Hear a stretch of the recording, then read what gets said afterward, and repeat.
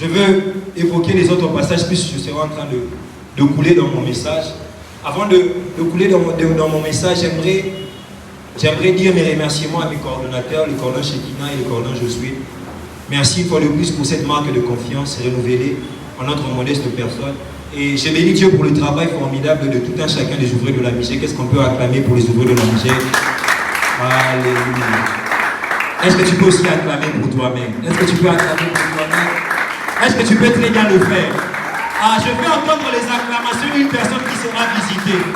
Je disais, je veux entendre les acclamations d'une personne qui sera visitée en ce lieu. Alléluia. Amen. Et aujourd'hui, nous serons en train de parler d'un thème intitulé « Augmente-nous la foi ». Je crois bien que nous l'avons vu dans les affiches, nous avons eu à le communiquer sur l'affiche. Nous serons en train de parler d'un thème intitulé « Augmente-nous la foi ». Alléluia. Est-ce que tu peux dire à ton voisin « Augmente-nous la foi ». Amen. Bien-aimé, par définition, la foi est une assurance intérieure qu'une personne a par rapport à Dieu et par rapport à sa parole. La foi, je disais, c'est une assurance intérieure qu'une personne a par rapport à Dieu et par rapport à sa parole. Alléluia. Et dans le texte que nous venons de lire, le texte de Luc 17, 5 à 6, le disciple demande à Christ de leur augmenter la foi. Les disciples demandent à Christ d'amplifier le niveau de leur foi. Les disciples demandent à Christ d'élever le niveau de leur foi. Mais j'aimerais nous faire remarquer une chose. Alléluia. J'aimerais nous faire remarquer une chose. Christ ne prie pas pour les disciples pour leur augmenter la foi. Christ n'impose pas les mains aux disciples pour leur augmenter la foi. Christ ne fait pas sur eux une déclaration du genre que votre foi augmente pour que leur foi augmente. Alléluia. Mais nous remarquerons dans la suite par la réponse de Jésus que Christ est en train de leur communiquer une sagesse à appliquer. Christ est en train de leur communiquer un principe à observer. Christ est en train de leur communiquer une position à prendre, une attitude à avoir pour pouvoir grandir dans la foi. Christ, je disais, est en train de leur communiquer un exercice à faire tout le jour pour pouvoir grandir dans la foi. Par là, j'aimerais dire à quelqu'un, à chaque fois que tu viens au devant d'un serviteur de Dieu pour une préoccupation particulière, bien aimé, tu dois savoir une chose, c'est que ta visitation ou la solution à ton problème ne sera pas toujours au travers d'une prière, ne sera pas toujours au travers d'une imposition de main, ne sera pas toujours au travers d'une déclaration, ne sera pas non plus toujours au travers d'une parole prophétique détaillée. Il se peut que la solution à ton problème soit tout simplement un principe que tu dois observer. Alléluia. Est-ce que tu peux dire à ton voisin, il se peut que la solution à ton problème soit un principe que tu dois observer? Bien-aimé, il se peut que ton problème soit tout simplement une sagesse que tu dois apprendre à appliquer tout le jour. Amen, amen. Et bien aimé, nous ne devons pas nous décourager quand l'homme de Dieu nous donne un principe que nous devons appliquer. Alléluia. Quand tu viens auprès d'un homme de Dieu pour un problème précis, il ne prie pas pour toi, mais il te dit, va faire telle chose. Ma soeur, tu peux venir auprès d'un homme de Dieu pour ton problème de mariage. Mais l'homme de Dieu ne prie pas pour toi, il te demande tout simplement d'arranger ton comportement.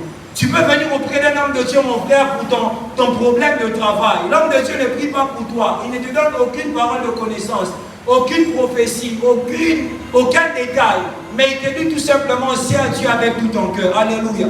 La Bible nous montre que le général Naaman était découragé. Pourquoi? Parce qu'il est venu dans la présence du prophète Élisée. Au lieu que le prophète Élisée puisse prier pour lui, le prophète Élisée lui donne tout simplement une directive à suivre. Et Naaman est découragé. C'est que Naaman ne savait pas. Naaman ne savait pas que la solution à son problème n'était pas question qu'on puisse le recevoir et prier pour lui. Mais la solution à son problème dépendait tout simplement d'une directive qu'il devait suivre. Le prophète donne à Naaman une directive à appliquer. Naaman applique la directive et il a sa guérison. Alléluia.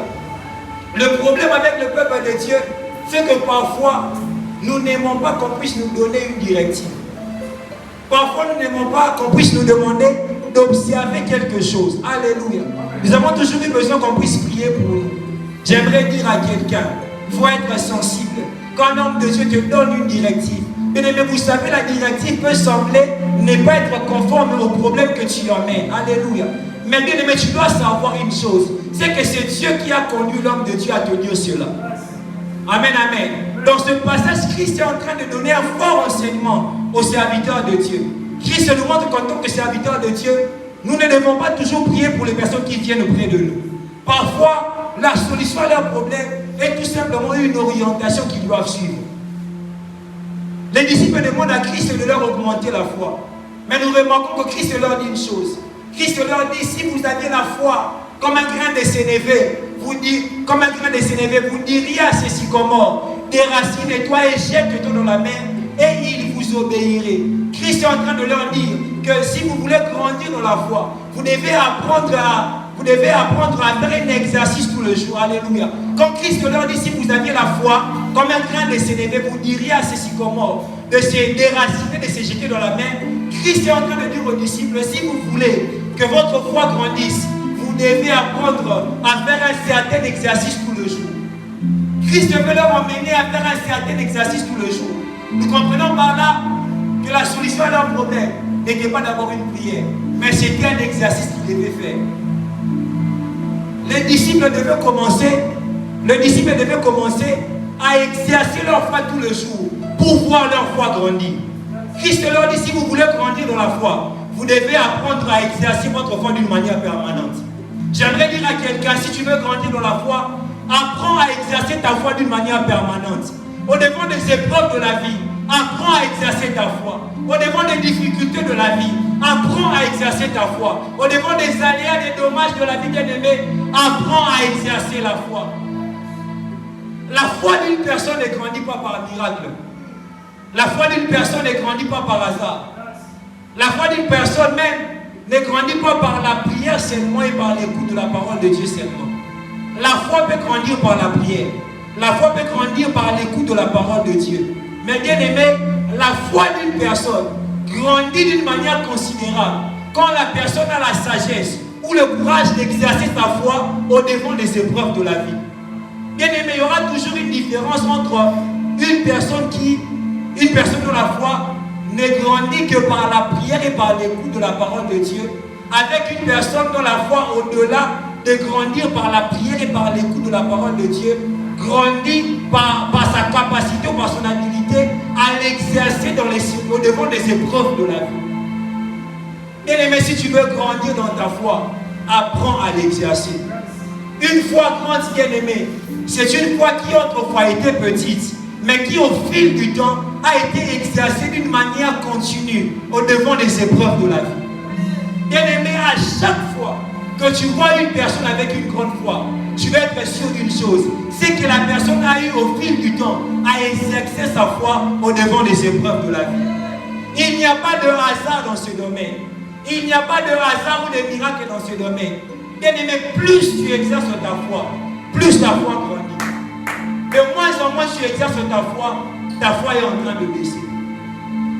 Bien aimé, plus tu es en train de pleurer, tu es en train de te décourager parce que tu passes par des temps compliqués. Bien aimé, ta foi diminue, ta foi stagne. Plus tu es en train de pleurer parce qu'à la maison rien ne marche. Parce que les parents n'ont plus de quoi pourvoir à tes besoins. Parce que les parents n'arrivent plus à te payer le frais. Déjà même à la maison, on n'arrive même plus à payer le loyer. Bien aimé, plus ta foi diminue, plus ta foi stagne. Plus tu es en train de pleurer parce que tu manques même de quoi te payer les habits. Bien aimé, plus ta foi est en train de diminuer, plus ta foi est en train de stagner. Plus tu es en train de pleurer parce que les parents sont morts. Tu vis tout seul, tu vis dans des conditions compliquées. Depuis que les parents sont morts, ta vie a basculé, ta vie a chamboulé. Bien aimé, plus ta foi diminue, plus ta foi stagne. Plus tu es en train de pleurer parce que les promesses de Dieu dans ta vie sont en train de tarder. Bien aimé, plus ta foi stagne, plus ta foi diminue. Alléluia. Plus tu es en train de pleurer parce que tu es en train de passer par la vallée de Baca, pas parce que tu es en train de passer dans la vallée de l'ombre de la mort, plus ta foi stagne, plus ta foi diminue. Plus tu es en train de te lamenter parce que la maladie est en train de plus en plus de prendre du terrain dans ton corps, plus ta foi stagne, bien-aimé, plus ta foi diminue. Plus tu es en train de pleurer parce que la sorcellerie de votre famille a atteint un autre niveau. Bien-aimé, plus ta foi stagne, plus ta foi diminue. Mais lorsque, bien-aimé, tu continues de croire, alors que tout va mal, alors que tu es dans la vallée de l'ombre de la mort, alors que tu es en train de traverser la vallée de Baca, plus tu continues de croire, bien-aimé, ta foi augmente, ta foi s'amplifie.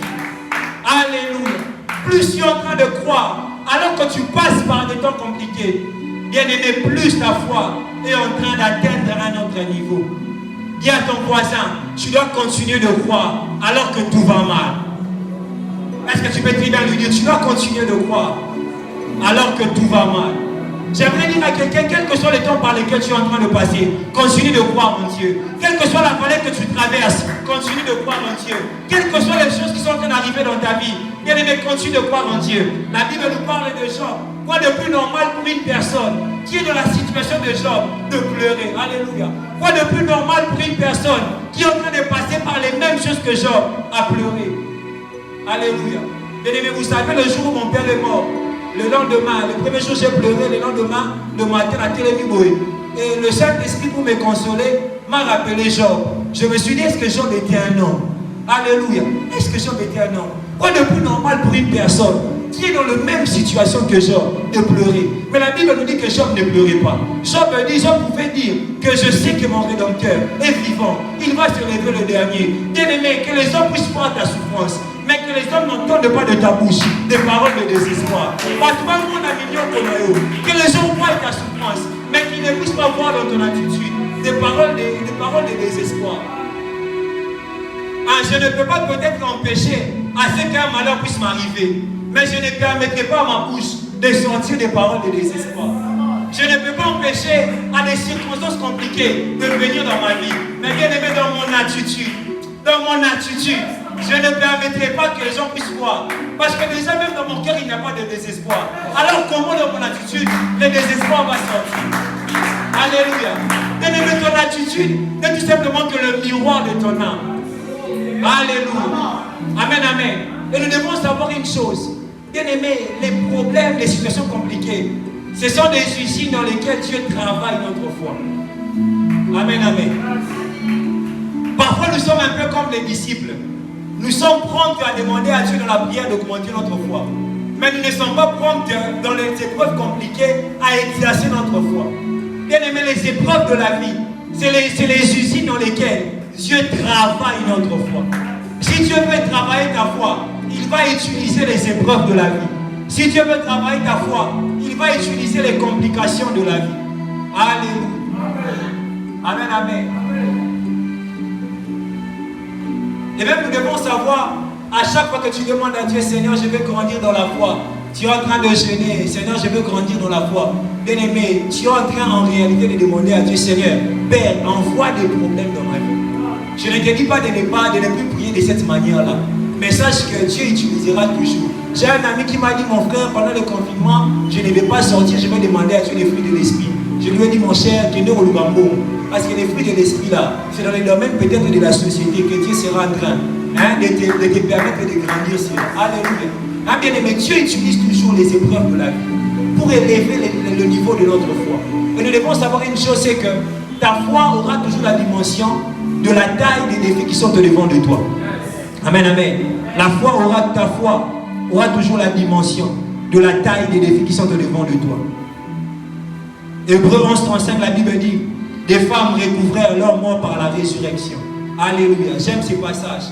Dans Hébreux 11:35, la Bible est en train de dire qu'il y a eu des femmes qui, par la foi, ont expérimenté la résurrection des membres de leur famille ou de leurs proches. C'est que ces femmes-là avaient la foi. Et leur foi a fait en sorte que quand un membre de leur famille ou quand un proche ou quand un de leurs proches est mort, que leurs proches puissent revenir à la vie. Alléluia. Je vais nous expliquer. Je vais prendre l'exemple de l'une de ces femmes. Peut-être qu'il s'est fait que l'une de ces femmes était à la maison en train peut-être de le préparer. Et on vient la dire que maman est-elle, ta fille d'ailleurs a connu un accident et elle est morte. La personne vient en pleurant, maman est-elle, ta fille a connu un accident et elle est morte. Elle est morte. Et la maman part dans la rue, là où il y a le corps de sa fille. Elle voit beaucoup de gens en train de pleurer. Et même quand on la voit, on sait que c'était la maman de la fille. On lui dit que ta fille est morte. On l'a tamponnée, les seins en train de couler. Mais elle dit, arrêtez de dire ça. Ma fille n'est pas morte.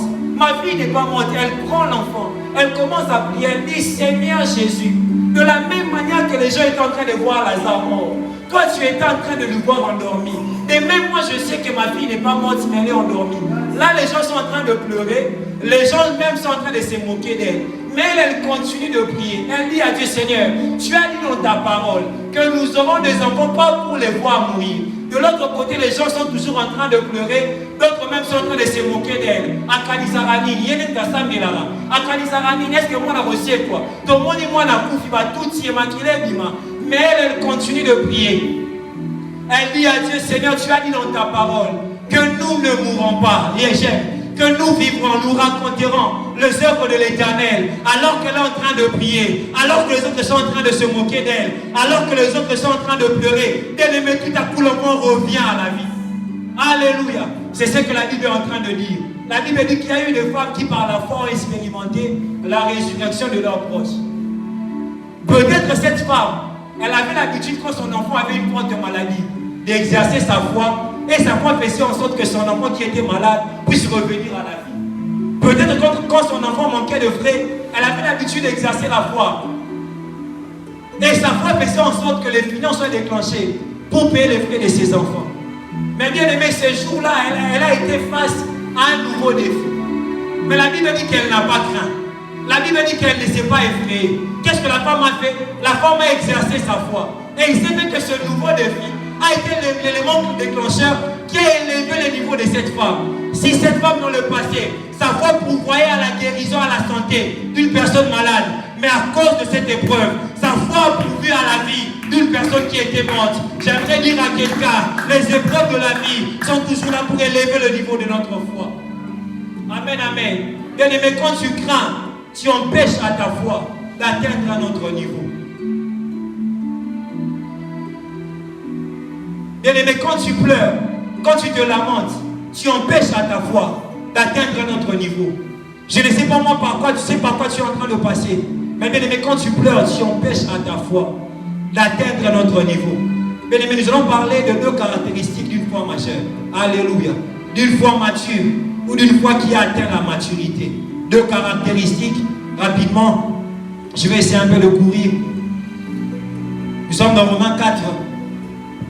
La première caractéristique, c'est qu'une foi mature n'est fondée que sur la parole de Dieu. Une foi mature n'est fondée que sur la parole de Dieu. Romains 4, 18 à 20.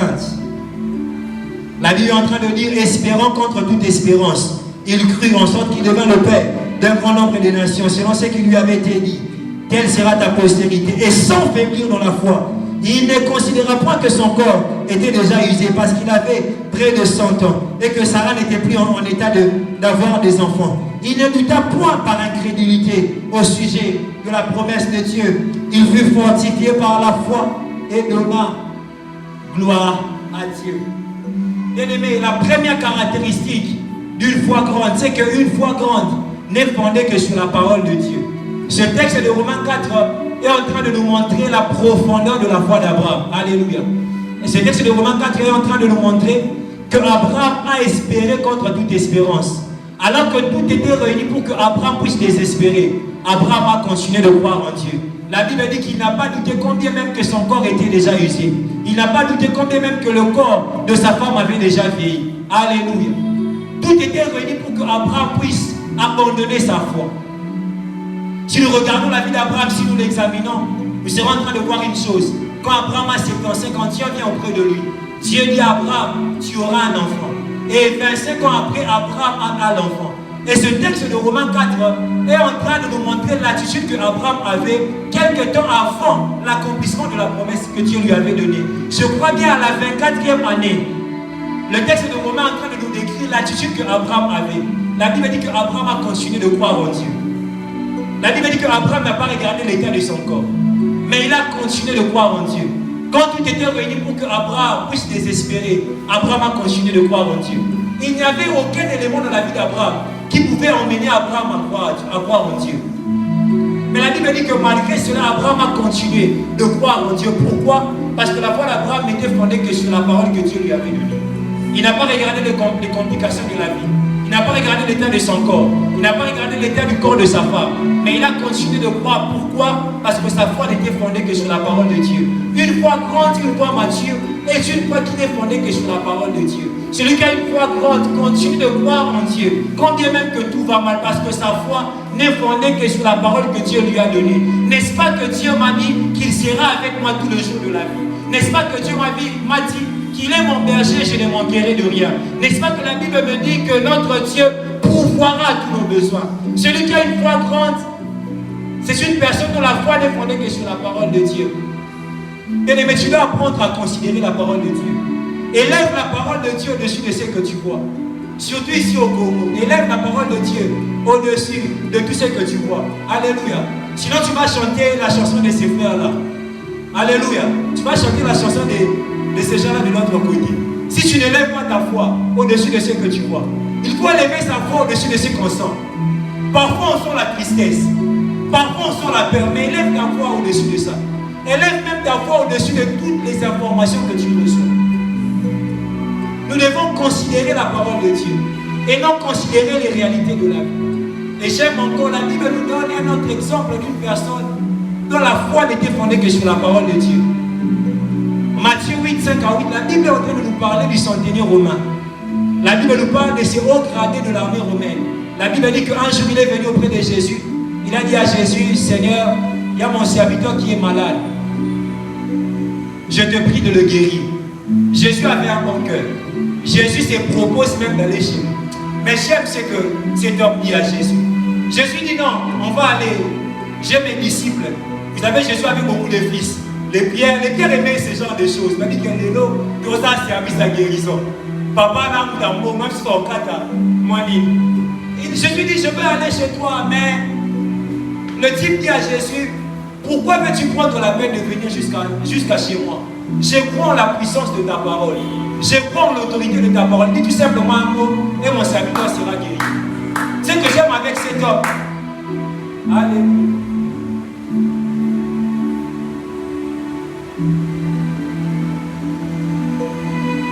Bien aimé, ce que j'aime avec cet homme, c'est que cet homme a rappelé à Jésus qu'il était le Dieu créateur. Amen, amen. Il dit à Jésus, pourquoi tu peux venir chez moi? N'es-tu pas le Dieu créateur? N'es-tu pas celui de qui il est dit au commencement, au commencement Dieu créa le ciel et la terre? N'es-tu pas celui qui au commencement a créé le ciel et la terre par sa parole? Pourquoi veux-tu prendre la peine? Pourquoi veux-tu dépenser l'énergie pour venir jusque dans ma maison? Il dit, Seigneur, ne prends pas la peine de venir jusqu'à chez moi. Fais seulement comme tu avais fait au commencement. Fais comme tu avais fait au commencement. Au commencement, tu as libéré une parole. Tu as libéré une parole. Et le chaos a été changé. Fais comme au commencement, libère une simple parole. Alléluia. Vous savez, le travail de Dieu a toujours été simplifié. À chaque fois que Dieu s'est retrouvé en face d'une personne qui avait une grande foi. Amen, amen. Le travail de Dieu a toujours été simplifié. À chaque fois qu'il s'est retrouvé en face d'une personne dont la foi n'était fondée que sur sa parole. J'aimerais dire à quelqu'un, quand tu viens dans un culte, simplifie le travail de Dieu. Élève seulement le niveau de ta foi. Alléluia. Vous savez ce que la femme à la perte de sang a fait? Elle a élevé le niveau de sa foi. Elle a simplifié le travail de Jésus. Amen, amen. Jésus n'a pas fait beaucoup d'efforts. Le pont de la robe de Jésus a guéri cette femme. Pourquoi? Cette femme a élevé le niveau de sa foi. Bien aimé, comme je suis en train de parler, si tu élèves le niveau de ta foi, on ne va pas faire beaucoup d'efforts. Quand le modérateur est en train de modérer, si tu élèves le niveau de ta foi, bien aimé, tu ne vas pas faire beaucoup d'efforts. Alléluia. Tu fais beaucoup d'efforts, pourquoi? Parce que tu manques parfois de foi. Élève le niveau de ta foi. Dans le combat de ta famille, élève le niveau de ta foi. Dans les difficultés de la vie, élève le niveau de ta foi. Je suis en train de parler à quelqu'un. Élève le niveau de ta foi. J'aimerais parler à un orphelin, les parents sont morts. Élève le niveau de ta foi. J'aimerais parler à une personne qui est désespérée. Élève le niveau de ta foi. Tu passes par des temps compliqués. Élève le niveau de ta foi. Dis à ton voisin, élève le niveau de ta foi. Élève le niveau de ta foi. Bien-aimé, si nous lisons ce texte de Matthieu, Christ dit à cet homme, même en Israël, je n'ai pas vu une aussi grande foi. C'est qu'en Israël, il y avait une carence des gens dont la foi n'était fondée que sur la parole de Dieu. C'est ce que nous sommes en train de voir en ces temps. À l'église, comme dans les ministères, carence des gens dont la foi ne sont fondées que sur la parole de Dieu. Amen, amen. Christ a dit à cet homme, Christ a dit de cet homme, même en Israël, je n'ai pas vu une foi pareille. Christ lui dit, va et qu'il te soit fait selon ta foi. Bien-aimé, à chaque fois que tu as une foi grande, bien-aimé, tu vivras certaines choses. Christ te dit, va et qu'il te soit fait selon ta foi. C'est que les choses nous sont faites. Les choses nous arrivent proportionnellement à la dimension de notre foi. Bien-aimé, présence d'Anza, mais elle dit, tu as régi des eaux. Mais qu'on dit, elle dit, nous sommes au topo, tu as régi des eaux. Si on te dit, nous sommes moukier, moi, il m'a fait moukier. Mais bien-aimé, c'est mon quartier. C'est mon quartier. On ne va plus te reconnaître. On ne va plus te reconnaître. Alléluia. Amen, amen. Christ dit à cet homme, va et qu'il te soit fait selon ta foi. Bien-aimé, j'aime ce que Christ a dit. Christ ne dit pas à cet homme, rentre chez toi. Je suis en train de voir ton serviteur se lever. D'ailleurs, même dans la chambre dans laquelle il y a un mur rouge. Il est endormi sur un matelas noir. Christ n'a pas dit que ton serviteur s'appelle Jonathan Pakaloasa. Il n'a dit rien de cela, mais il a dit tout simplement, va et qu'il te soit fait selon ta foi. Présentement, c'est devenu beaucoup de mécanismes pour qu'une personne croie. Beaucoup de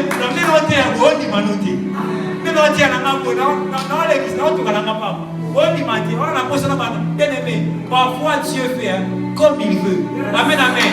Dieu fait comme il veut. Bien-aimé, tu dois apprendre à croire à la parole de Dieu. Bien-aimé, considère les choses que Dieu t'a dites. Du reste, la Bible dit que Dieu n'est pas un homme pour mentir, ni un fils d'homme pour se repentir. Ce qu'il a dit, il le fera.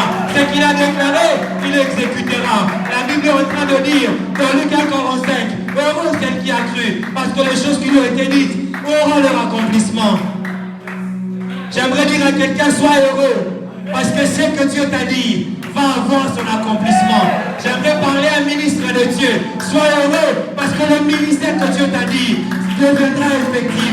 J'aimerais dire à quelqu'un, sois heureux, parce que les choses que Dieu t'a dit auront leur accomplissement. Est-ce que tu peux acclamer pour Dieu? Est-ce que tu peux acclamer pour Dieu?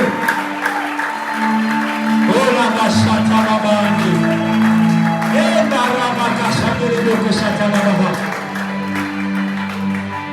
Bien-aimé, la foi en Dieu. Apprenons à considérer la parole de Dieu. Bien-aimé, la parole de Dieu est capable de changer ta vie.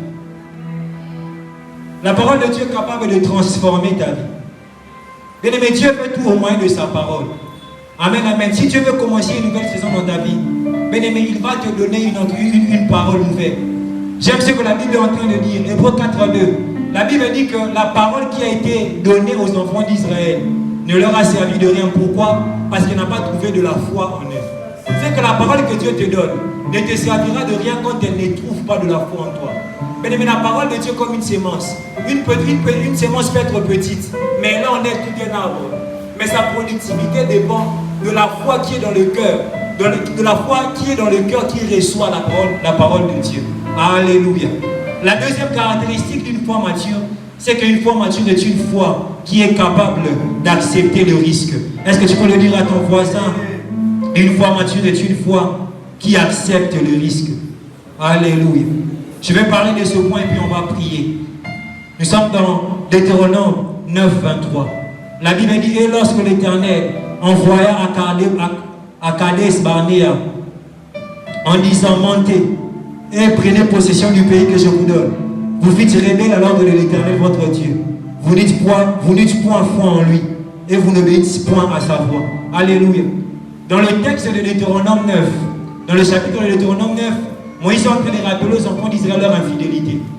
Moïse leur rappelle comment est-ce que durant tout leur séjour dans le désert, ils ont été infidèles à Dieu. Et dans le verset 23, Moïse précise une chose. Moïse est en train de leur rappeler une chose. Moïse leur dit, vous avez été rebelles à l'Éternel. Moïse leur dit, vous avez été rebelles à l'Éternel. En fait, Dieu avait donné un ordre aux enfants d'Israël. Il leur avait dit de monter contre le peuple de Canaan, mais les enfants d'Israël avaient désobéi à l'ordre que l'Éternel leur avait donné.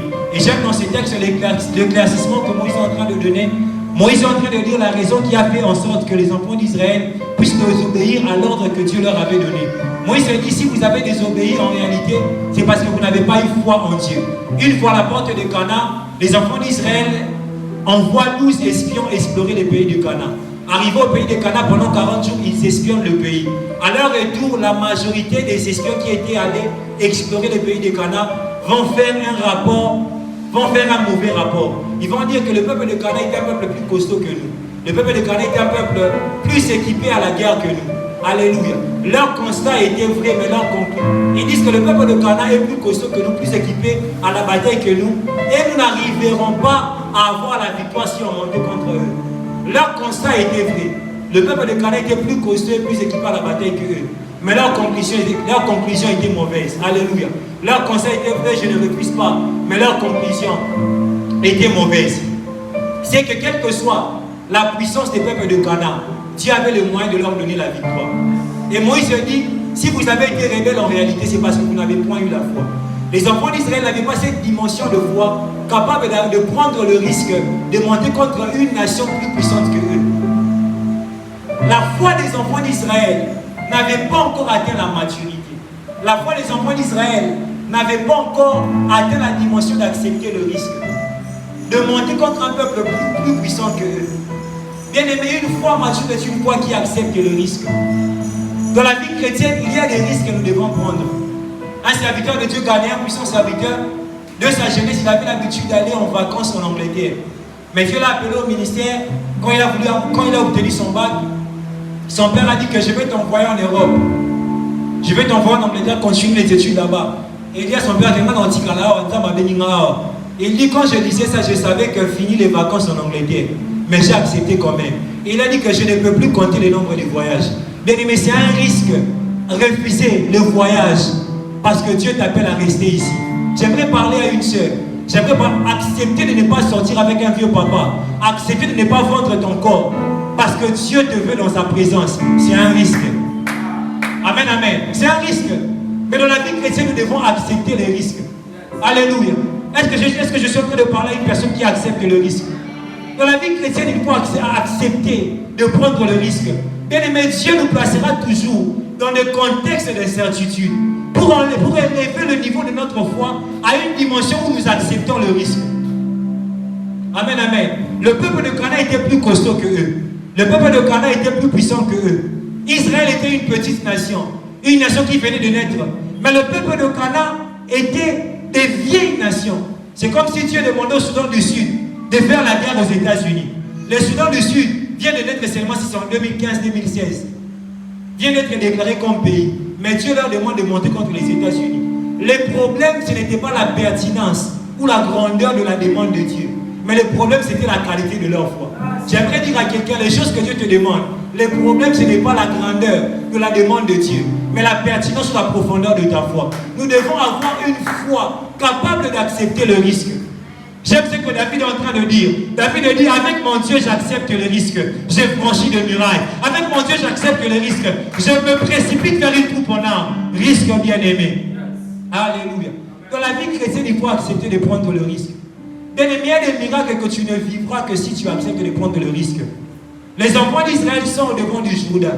Ils doivent traverser, mais ils n'ont ni bateau ni pirogue.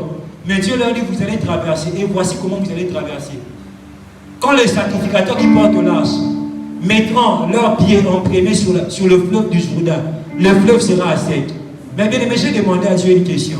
Pourquoi ne mets-tu pas le sec déjà avant? Pourquoi ne mets-tu pas le fleuve à sec déjà avant? Alors quand les enfants d'Israël vont venir, ils vont simplement traverser.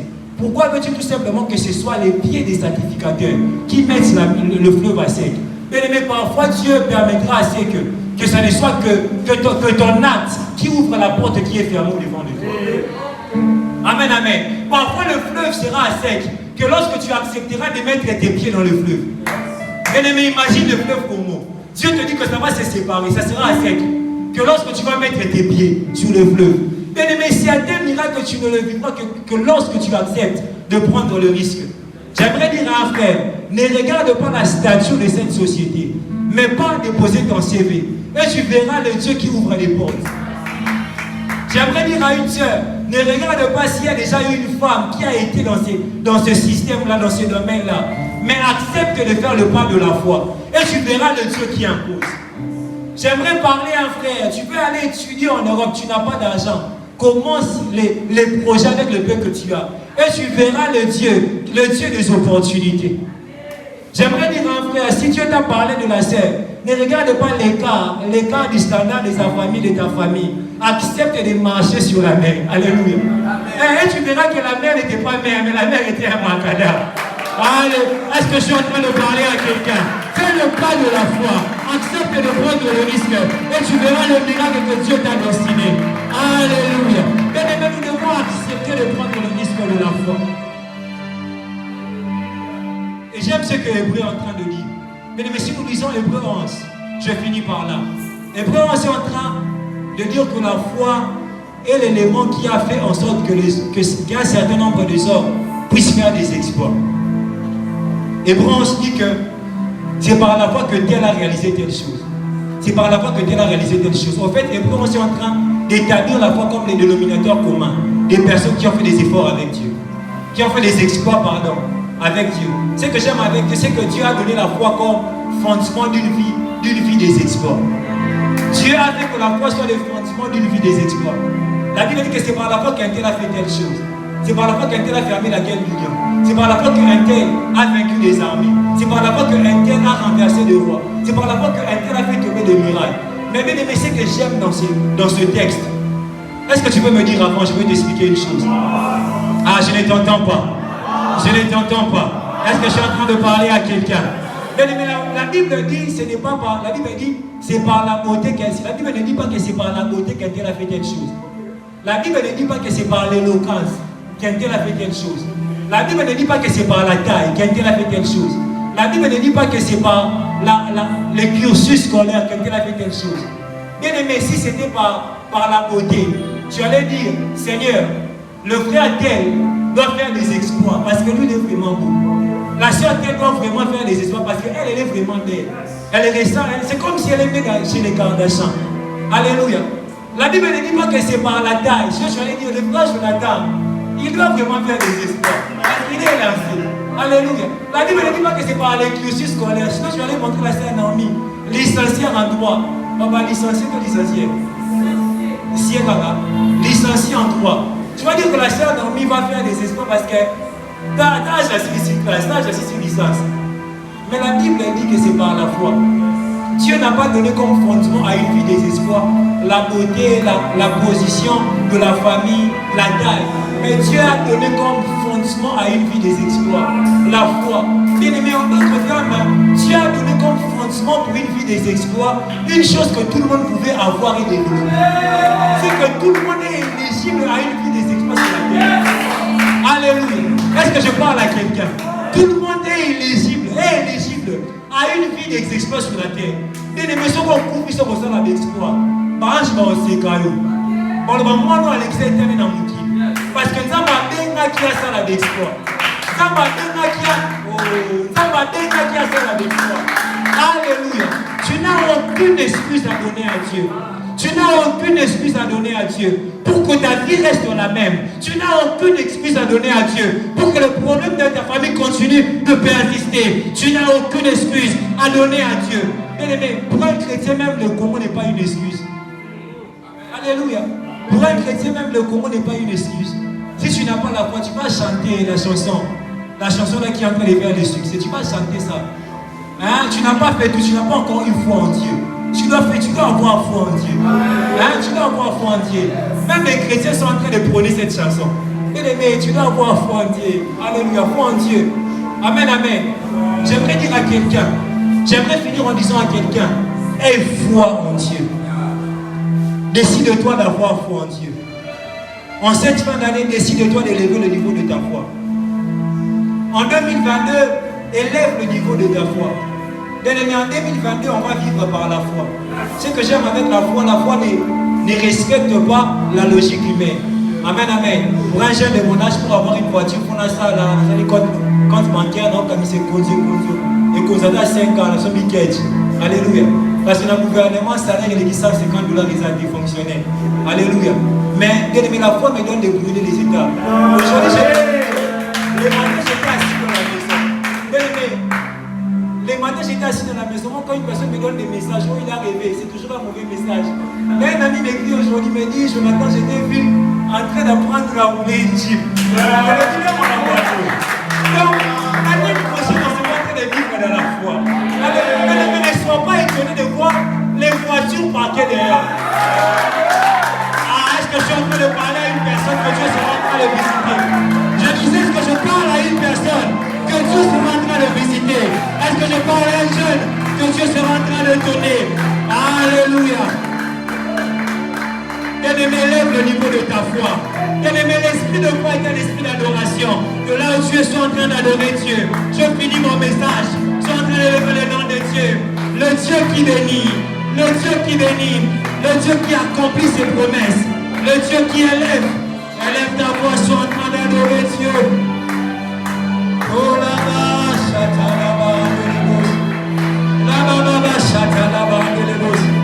Eh la ba chata la ba. Élève le nom de Dieu. Élève le nom de Dieu.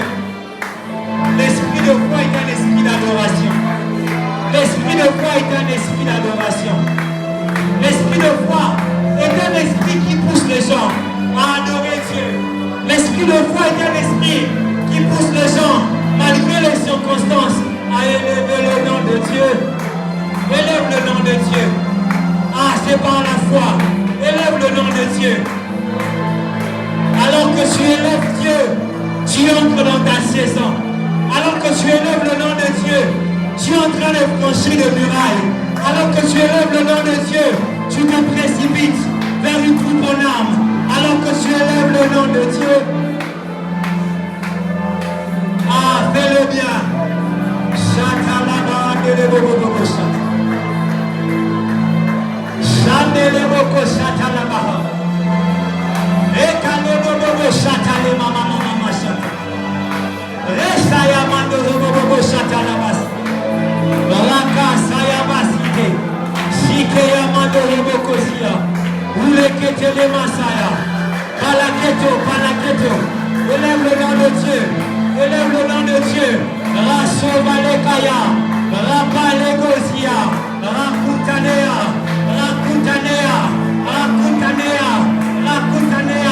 Embrodo, c'était le bébé. Élève Dieu.